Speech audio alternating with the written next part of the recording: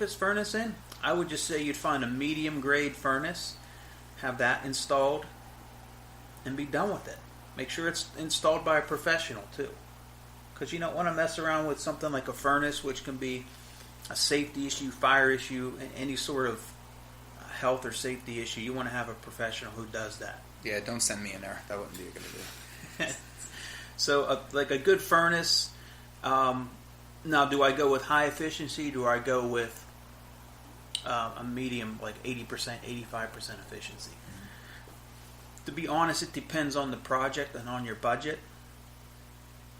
If your chimney's in good shape, in very good shape, then, there's nothing wrong with going with a lower efficiency, good furnace. I don't think the average home buyer is going to fall in love with a furnace. They never do. Right. They walk in the front door and they fall in love, first of all, with the outside aesthetically, mm-hmm. the curb appeal. They walk inside and they fall in love with the layout, the colors, floor plan, the way the granite is, or however countertops you use, the kitchen, the recessed lighting. That's what they fall in love with. Mm-hmm. They don't walk immediately to the basement and say, I do not want this house because that furnace is the wrong color and it's the wrong efficiency. Like we've talked about before, I've never gone into a place where I've rented, because I've yet to be a homeowner myself, but I've never gone into a home and said, hey, let me feel underneath the sink and see what the draft is like behind mm-hmm. these pipes, Right. It's just something that you learn as you have a property. So yes. Next would be, what about the pipes and stuff like that? What about... well, just to continue on with the furnace. Sorry. So do you go with the high efficiency or do you just use the chimney? Right. Because the high efficiencies, they'll vent externally outside the basement walls. So that could be a difference of $300 to $500. Okay, just there. And then again, if you want to go with a super duper Cadillac furnace, you could be talking another $1,000 above that. Wow. So there's more savings that aren't going to really add any value. Right. And you're still providing a good quality product, a furnace that's been tested and used thousands of times in other homes, and you're fine. And it's rare that we've had the winters like we've had this year. It's typically not as cold. Mm-hmm. So, going with something that's going to save you money, we hope to not run the furnace as much. Correct. Another one is a hot water tank. So, most hot water tanks in this area are gas. Gas is less expensive to use than electric. So overall, during the course of your year, your budget's going to cost you more to use gas than electric. Does that really matter to you as a flipper? Probably not. No, I don't care. Mm-hmm. I'm going to put in the hot water tank that's going to be the cheapest for me to install. Mm-hmm. And again, nobody ever looks at a hot water tank, if it's electric or gas, and says, very, very few people. You might get a few that are like budget conscious, like to the nth degree. But most people are just going to look and say, oh, it's a new hot water tank. Mm-hmm. So, because sometimes if your chimney is completely blocked and you got to do a new chimney liner, that could be $1,000, and it could be the dead of winter, so you need to get someone up on the roof. You can't put a chimney liner usually in the dead of winter. Certain safety issues there. And if you're doing that flip, and you can put in the dead of winter, you could put an electric hot water tank in and get wire to it. It's probably going to cost you about the same as a regular hot water tank, because they're less expensive to buy, but you're not going to have to do that chimney liner now. Okay. So you saved yourself potentially $1,000 there. Gotcha. Okay. So do I do electric? Because if the chimney liner's crap, then in my opinion, you just go electric. If the chimney liner's in great shape, then go ahead and put a gas one in, because it's going to cost you just as much, because on electric, the tank's less money, but now you have to run electric to the tank. Okay. Where if the gas was already there and the chimney flue is fine, all you're doing is swapping out. So it's going to cost you about the same. So just what we talked about, which is roof, gutters, screen doors, furnaces, mm-hmm. hot water tanks. Easily $3,000 of savings. Maybe more, depending if you're going with Cadillac versions of hot water tanks and furnaces versus average. Okay. So minimum $3,000, potentially more. Wow. That's a lot of money. We haven't even gotten into, kitchens and ceramic versus laminate versus vinyl versus hardwood versus carpet. All that really will just add and compound to your potential profit margin. Wow. That's amazing. Not really amazing. Well, amazing, Alex. When you take a step back and think about it, Alex, that's amazing. Well, okay, I don't typically deal with money, this much monies that get transferred in one little transaction. So for me, where I'm used to a little bit lower end stuff, but when you really think about it, though, these are things that your typical, whether it's a flipper or a potential buyer or investor, whatever. These are things I see why people would think that it's important to put the best possible heater in there. You can see how you can get. You can get now, tricked your into own that. home, you might want to do that. Right. Your own home, you might want to put the gas hot water tank in because maybe that hot water tank over the course of the year costs $600 to run, and maybe with electric it's $700. I'm just making these numbers up, but I have no idea. But that's $100 savings. So over the course of 10 years, that's $1,000 savings. Would it be better to do the gas versus the electric? And sometimes I think, honestly, electric's better because gas is fire. You have fire, you have carbon monoxide potential, you have safety hazards. So if you go with electric, you eliminate most of that. Yeah, I agree. The safety issues with electric, I would think, are less than any safety issues with hot water tanks. But I think so. Just my opinion on that. So what else, good sir? What else? Okay, another one would be like kitchens.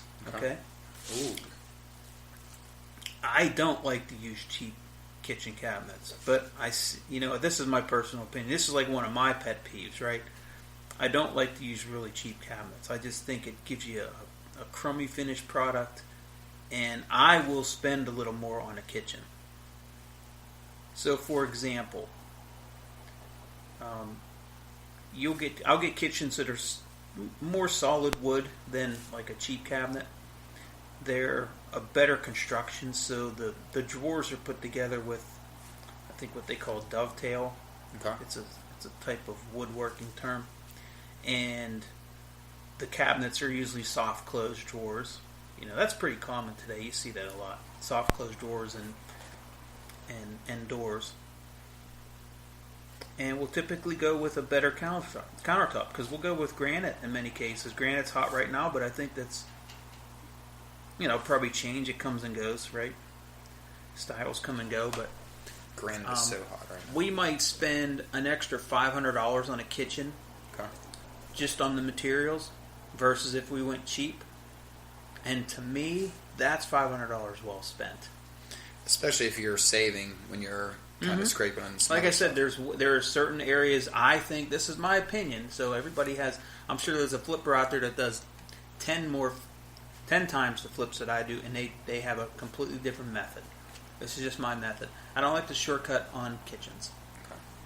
Now, I will, a lot of times I have partners, and certain partners like ceramic floor, they live and die by it. Sometimes I think a vinyl floor is just as good. It depends on the product. If it's a $150,000 home and you can go vinyl and it looks really good, I've sold a lot of flips with vinyl homes. But my partner, one of my partners, he likes ceramic. So he'll spend the extra $1,000. He'll do the 10 by 10 foot kitchen with ceramic, or I'll just do vinyl. Or I might do a nice laminate. So flooring, there can be savings in flooring too. I think that's something that, your comfort level has to be there, and you have to test the market.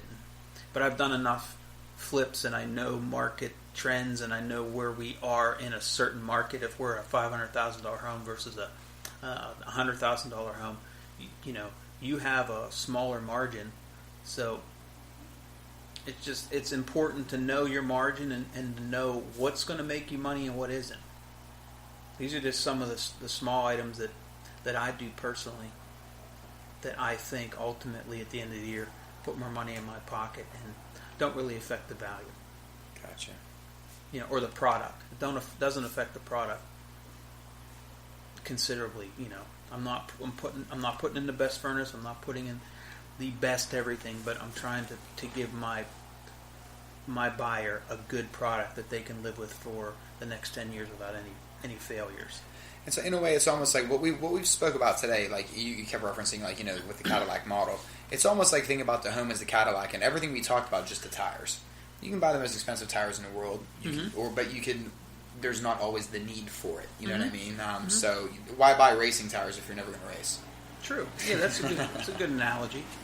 I try. That's why I'm here. For analogies. You did a good job. Thank you. you. But I think that covers it, and a lot of this stuff we cover in our workshops that we have. Mm-hmm. And when we do our bus tours, we'll go to the projects. Like sometimes we'll go see a rental project. We'll go see a higher end flip, and we'll go see like a medium grade flip, and we might go see, low end rental versus a high end rental. We'll go see 4 or 5 different projects, and we do that on our bus tours, and it's real helpful because people get to see hands on what a vinyl floor looks like versus ceramic, and just to gauge for themselves what they're comfortable with. Where can people find you on Meetup? The website is, well, if you just Google Alex Deacon Meetup, there you go. You'll find it. It's the only one out there. And then if you want to click on the link and join the group, then you'll get free emails and information about when we hold our meetups, which is once a month, and what the topic is going to be for that month. There you go. You just had one this past weekend, and it was a nice success. Yeah, it was. Even we had really horrible weather, but we had about 25 people show up, which was good. There you go. So, Alex, anything else you'd like to sprinkle on here at the end before we sign off? Bring on the sunshine, baby. That's all I want to say. You're over this weather now, aren't you? I'm so over it. I'm tired of it too. Guys, listen, what we want you to do is please find us on Facebook. Alex Deacon. Alex Deacon's actually Real Estate Investment. You look for that on Facebook now. Alex has his own page. Those are his investment workshops where you're going to find a lot of pictures, videos, things from his monthly meetups. We want you to go to dhre.com, check out our weekly blog, look for the Deacon Hoover Radio Network on iTunes, on Spreaker, on Google Play. Guys, make sure you're liking, commenting, look for us on Twitter at Deacon Hoover. We're all over the place now, so make sure you're checking out dhrea.com. Guys, for everyone here at Deacon Hoover Real Estate, we thank you, we appreciate you, and we will see you next time.